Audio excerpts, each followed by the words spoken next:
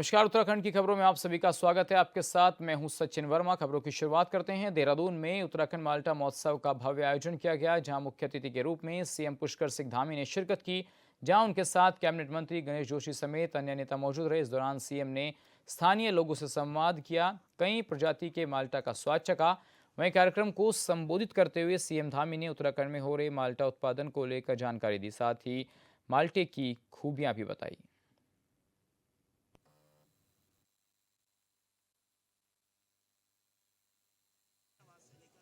हमारे सभी जनपदों में इस प्रकार का महोत्सव का आयोजन किया जा रहा है और इसके पीछे हेतु है कि हमारे किसानों को, चूंकि माल्टा एक बहुत परंपरागत हमारा ये होने वाला ऐसा फल है कि जो हमारे पूरे उत्तराखंड की एक अलग से पहचान बनाता है और माल्टा से बहुत भावनात्मक रूप से भी सबका संबंध है। जैसे ही माल्टा का नाम आता है तो अपना अपना गांव, अपना अपना पैतृक स्थान सबको याद आने लगता है, चाहे वो देश दुनिया में कहीं भी रहता होगा। जब भी हम माल्टा की बात करते हैं, ऐसा है ना का, तो माल्टा की पहचान हमारे सामने आ जाती है और माल्टा महोत्सव के माध्यम से भी हमारे किसानों को एक अलग से पहचान मिले, उनको एक अच्छा बाजार मिले, इसके निमित्त ये किया जा रहा है। और विशेषज्ञों से भी तकनीकी मार्गदर्शन लेकर उसका आज यहाँ पर सजीव रूप से प्रदर्शन किया गया है।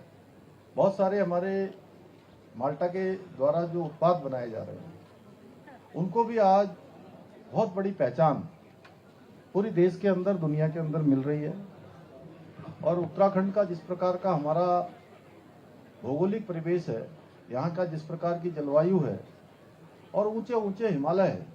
मैं अभी अपने पैतृक गांव में गया, जो मेरा जन्म स्थान है, और नवंबर के महीने में मैंने देखा देहरादून से कहीं अधिक ज्यादा ठंड वहां पर थी। ऊंचा हिमालय वहां से दिखता है और परंपरागत रूप से माल्टा वहां पर मैं बहुत छोटा था तब से मुझे स्मरण है कि माल्टा स्वतः ही एक तरह से, मतलब प्रकृति द्वारा प्रदत्त कहिए, भगवान के द्वारा प्रदत्त कहिए, बड़ी मात्रा में वहां पर माल्टा होता है।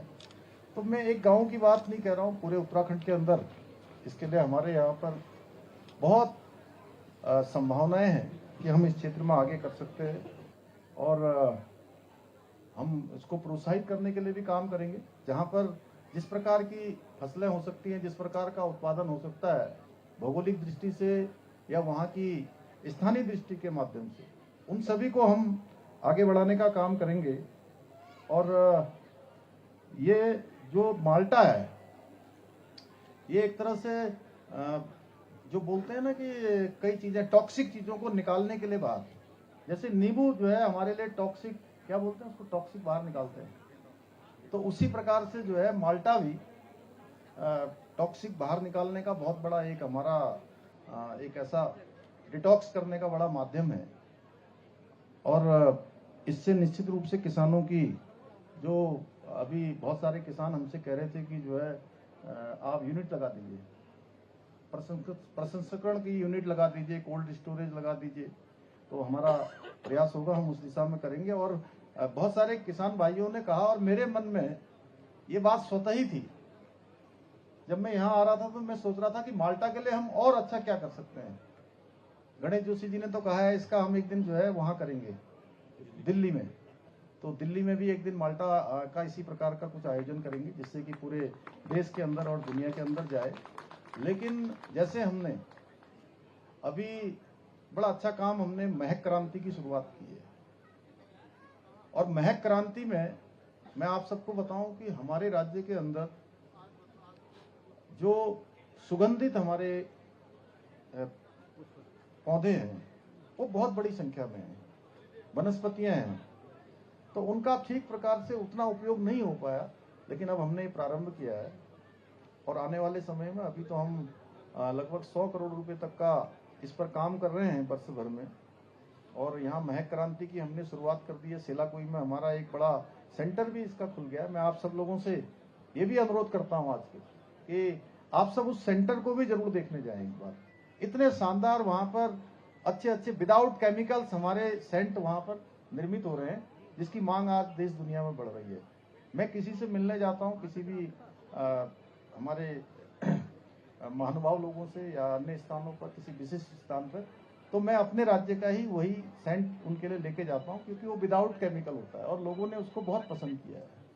इसके साथ साथ जैसे हमने एप्पल मिशन शुरू किया, तो आज हमारे उस क्षेत्र में भी बड़ी सेब की खेती तेजी से बढ़ी है।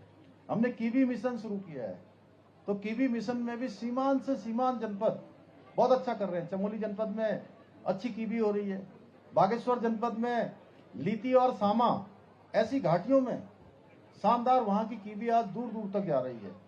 और एक बड़ा किसानों में भी बड़ा उसको लेकर बड़ा जोश है, बड़ा उत्साह है, और वो उनकी आय का बहुत बड़ा माध्यम बनने जा रहा है। तिमूर मिशन हमने शुरू किया है। तिमूर भी अब सुगंध के क्षेत्र में काम आ रहा है, महक क्रांति में उसका बड़ा योगदान है। इसी प्रकार से मैं आज ये घोषणा करता हूं कि हम माल्टा मिशन भी शुरू करेंगे, माल्टा मिशन की भी शुरुआत करेंगे। और माल्टा उत्पादन को, जो हमारी परंपरागत रूप से प्रकृति के द्वारा और हमारे पूर्वजों के द्वारा जो विरासत में मिला है, उसके आगे जाकर जो कृषि के क्षेत्र में ज्ञान विज्ञान और शोध ने बहुत बड़ा काम किया है। आज नई नई प्रजातियां अभी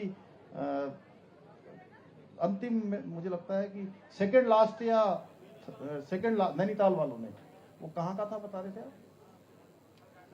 ओखल कांडा से, लेकिन इन्होंने उसमें वो कुछ किया है ना, कुछ नवाचार कुछ अच्छा किया है, उसमें हाइब्रिड कुछ किया है, सीडलेस जो वहाँ माल्टा का उत्पादन किया है। तो हम इसके उत्पादन को भी बढ़ाएंगे, इसको पारंपरिक सीमाओं से आगे ले। उधर अंकिता भंडारी हत्याकांड में वीआईपी के नाम को लेकर विपक्ष लगातार सरकार पर तीखा वार कर रहा है। इसी को लेकर ऋषिकेश में कांग्रेस प्रदेश अध्यक्ष ज्योति रौतेला के नेतृत्व में यमकेश्वर विधायक रेणु बिष्ट के घर का घेराव कर अनूठा प्रदर्शन किया गया। ऐसे में बड़ी संख्या में महिला कांग्रेस कार्यकर्ता मौजूद रही। इस दौरान महिला कांग्रेस प्रदेश अध्यक्ष ज्योति रौतेला ने कहा कि इस पूरे प्रकरण की जांच कराकर दोषियों को सजा मिलनी चाहिए।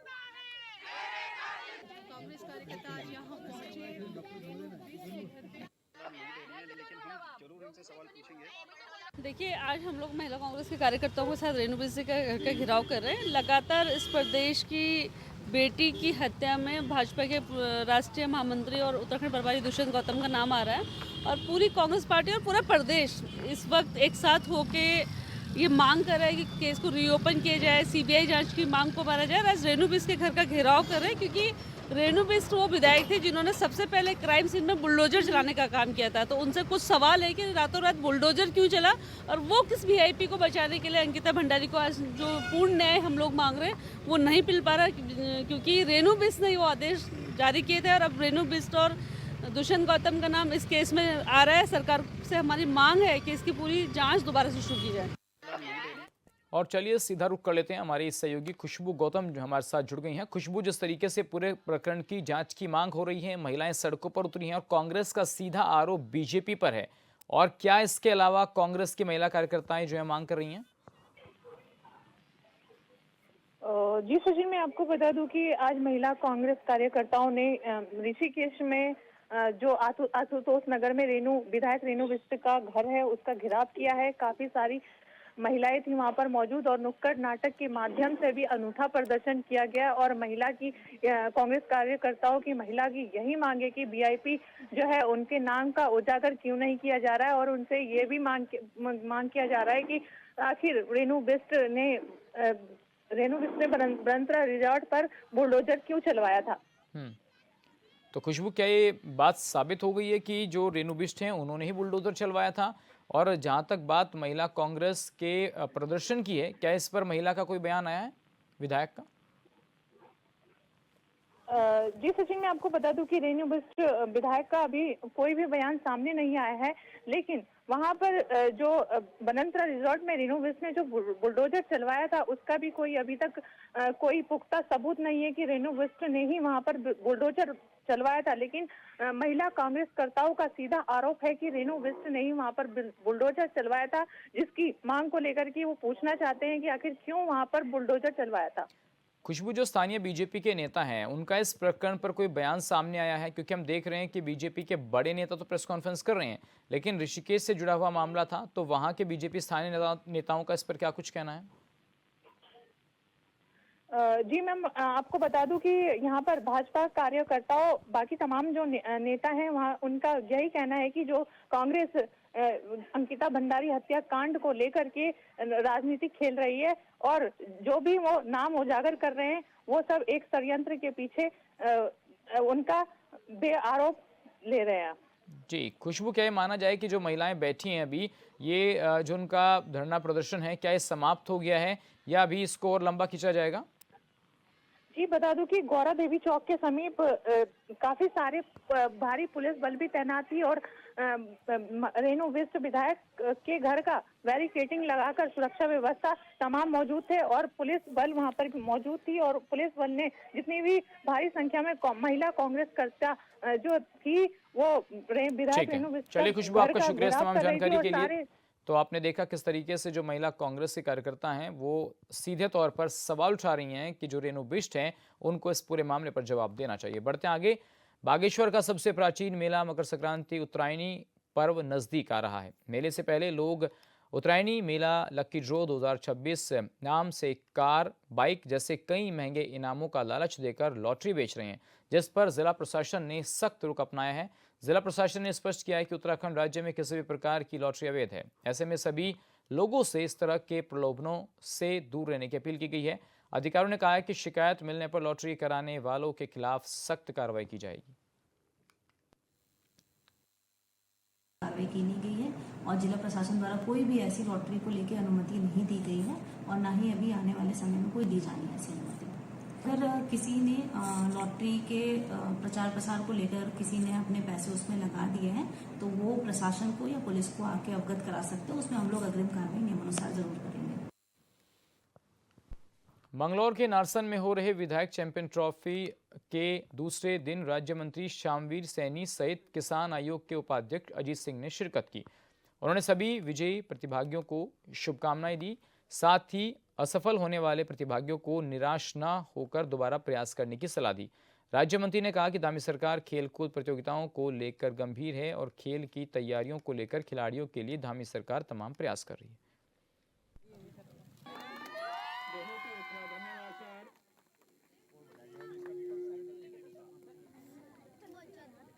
मैं माननीय यशस्वी प्रधानमंत्री जी को धन्यवाद करना चाहूँगा, माननीय पुष्कर सिंह धामी जी का धन्यवाद करना चाहूँगा, जिन्होंने इससे पहले सांसद खेल महोत्सव चलाकर गांव-गांव में बता दिया है कि खेलेंगे इंडिया तो बढ़ेगा इंडिया। और अब विधायक के अंडर में विधायक चैंपियनशिप के द्वारा चला गया है और जिस तरह गांव से खेल लुप्त होते जा रहे थे, दोबारा गांव की ओर बढ़ेगा और गांव बढ़ेगा तो इंडिया बढ़ेगा। पूरा फोकस चाहे यशस्वी मुख्यमंत्री का हो, चाहे यशस्वी प्रधानमंत्री जी का हो, पूरा फोकस गांव के युवाओं पर है। मेरा युवा अगर खेलेगा तो तन से स्वस्थ भी रहेगा तो मन से स्वस्थ रहेगा, तन और मन से स्वस्थ रहेगा तो इस देश और प्रदेश को चलाने में स्वस्थ रहेगा। और मेरे देश के प्रधानमंत्री ने जो कहा कि आने वाले 2047 में मेरी ये युवा पीढ़ी इस देश को दुनिया के पहले नक्शे पर ले जाने का काम करेंगे। इसलिए हम चाहेंगे कि मेरा प्रत्येक युवा खेल की ओर बढ़े और ये तो क्षेत्र पहले से ही खिलाड़ियों का है, चाहे लिबारेडी गांव से हो, चाहे नारसन का हो। ये कॉलेज एक ऐसी संस्थान है जिन्होंने हमारे हर क्षेत्र में हमारे बच्चे दिए, हर क्षेत्र में ऐसे विद्यार्थी दिए, ऐसे छात्र दिए, चाहे कृषि का विभाग हो, चाहे साइंटिस्ट हो, चाहे खिलाड़ी हो। इस स्कूल से ऐसे ऐसे छात्र गए जो अपने प्रदेश का नहीं देश का भी नाम रोशन करें। सांसद महाखेल उत्सव हुआ, उसका समापन हुआ और अब ये खेल शुरू हो गया है। सरकार द्वारा बहुत अच्छा काम करा जा रहा है और नए नए खिलाड़ी निकल करके आएंगे जो आगे अपना उत्तराखंड का नाम और देश का नाम रोशन करेंगे। उत्तराखंड में सर्दी का कहर जारी है और पर्वतीय इलाकों में पाला पड़ने से ठिठुरन बढ़ जाएगी, जबकि मैदानी क्षेत्रों में घने कोहरे का येलो अलर्ट जारी किया गया है।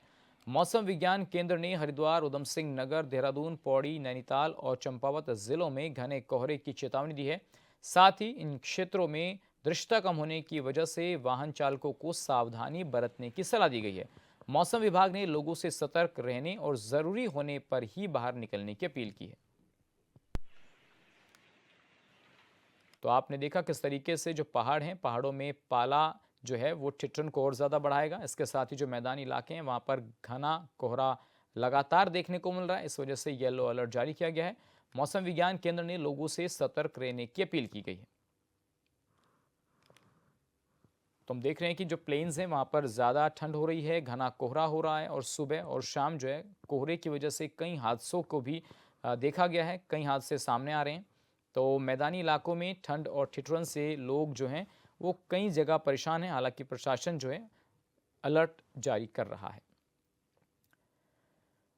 उधर हरिद्वार के हर की पौड़ी पर गंगा आरती के दौरान एक बड़ा हादसा हो गया। गुजरात से आए श्रद्धालु की अचानक तबीयत बिगड़ गई और हार्ट अटैक के चलते श्रद्धालु आरती स्थल पर ही बेहोश हो गया। सूचना पर पहुंची पुलिस ने व्यक्ति को अस्पताल पहुंचाया, जहां डॉक्टरों ने उसे मृत घोषित कर दिया।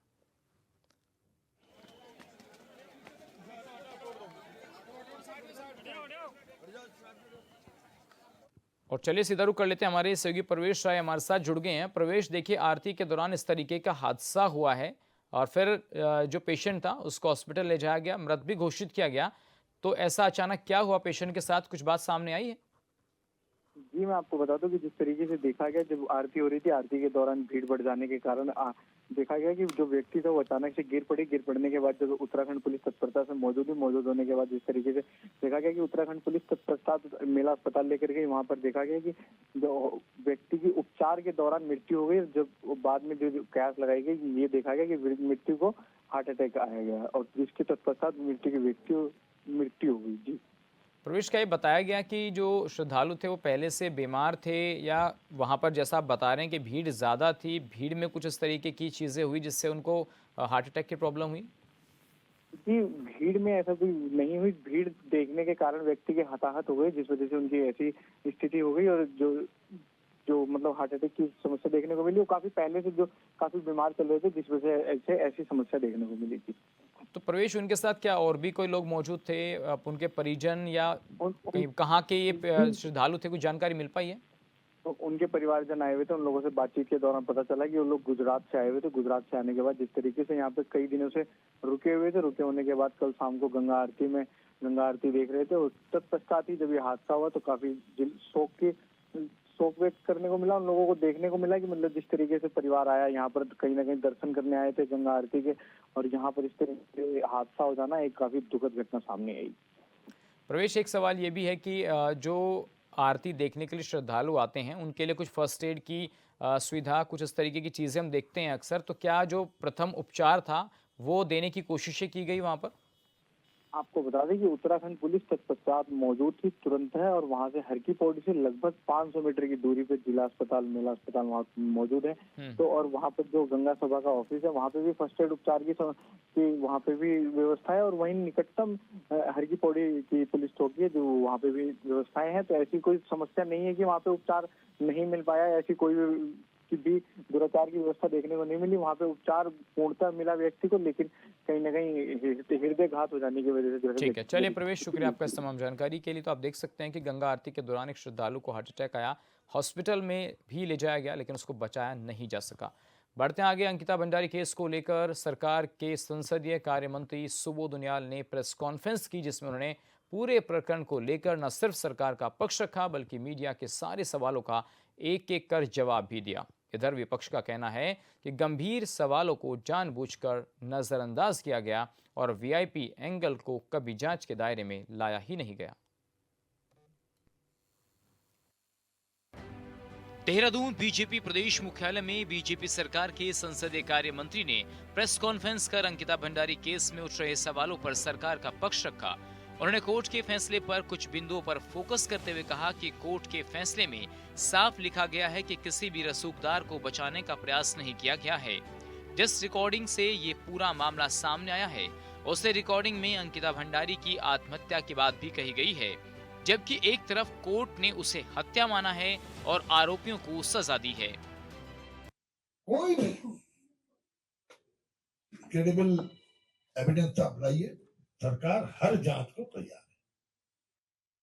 आप सबको मालूम है, जैसे ही सरकार को अंकिता भंडारी के साथ हुई इस घटना की जानकारी मिली, तत्काल एक महिला आईपीएस अधिकारी के नेतृत्व में एसआईटी का गठन किया गया और जो भी अभियुक्त थे बहुत तत्परता के साथ उन्हें गिरफ्तार किया गया।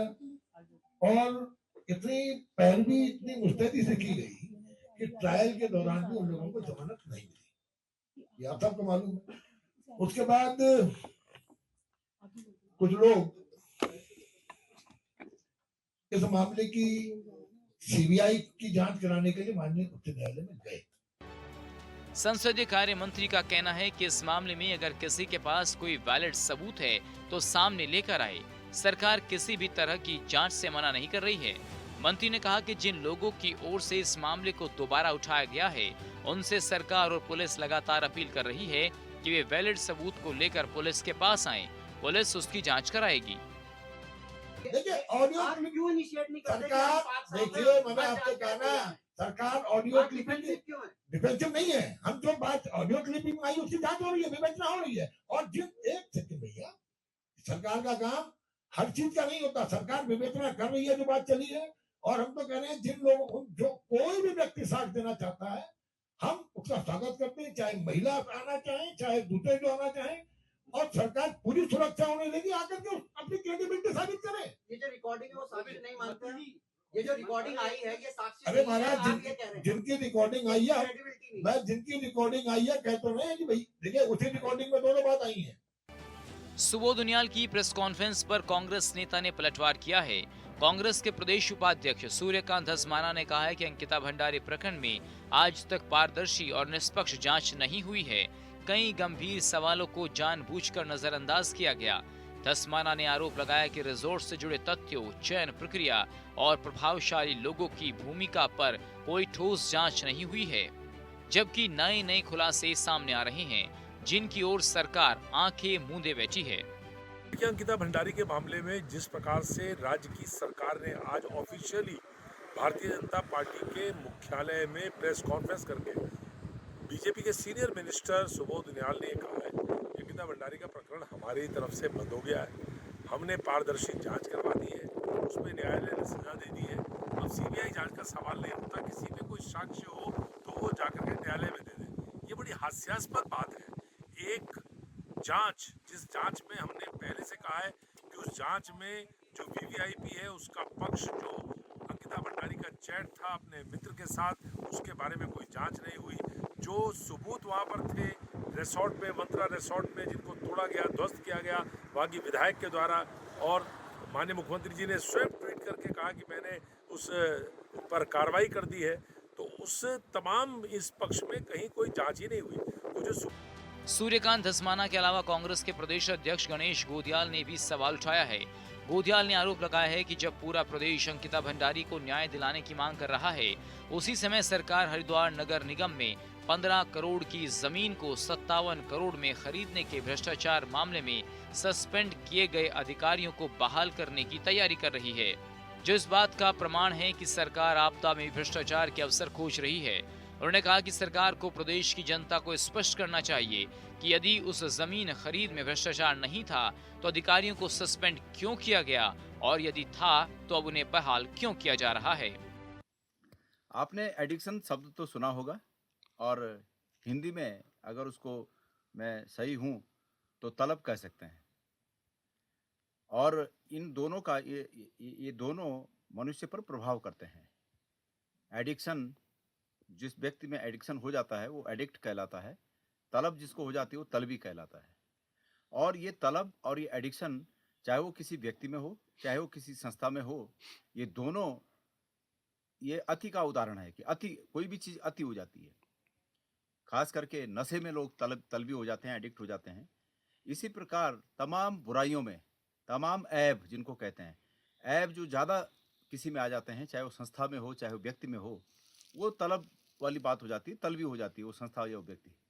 मुझे लगता है हमारी उत्तराखंड की सरकार भी एडिक्ट हो गई है, और एडिक्ट इन 2-3 बातों के इर्द गिर्द घूमता है। एक तो भ्रष्टाचार और एक दुराचार, और वो सब बातें जो लोकतंत्र में लोग उम्मीद नहीं करते हैं कि एक चुनी हुई सरकार ऐसा करे, उन सब बातों की, उन सब ऐबों की हमारी सरकार एडिक्ट हो चुकी है, तलबी हो चुकी है। अजीब बात यह है कि अंकिता भंडारी हत्याकांड में नेताओं की भूमिका को लेकर दावों से सनसनी फैलाने वाली अभिनेत्री उर्मिला सनावर पर कानूनी शिकंजा कसता जा रहा है। पुलिस ने ज्वालापुर झबरेड़ा में दर्ज मुकदमों को लेकर उसके घर 2 नोटिस चस्पा किए हैं। 3 नोटिस जारी होने के बावजूद उर्मिला अभी तक पुलिस के सामने पेश नहीं हुई है और न ही सुरेश राठौर सामने आए हैं। दोनों के खिलाफ अलग अलग धाराओं में कई मुकदमे दर्ज किए गए हैं। Bureau report, HNN news.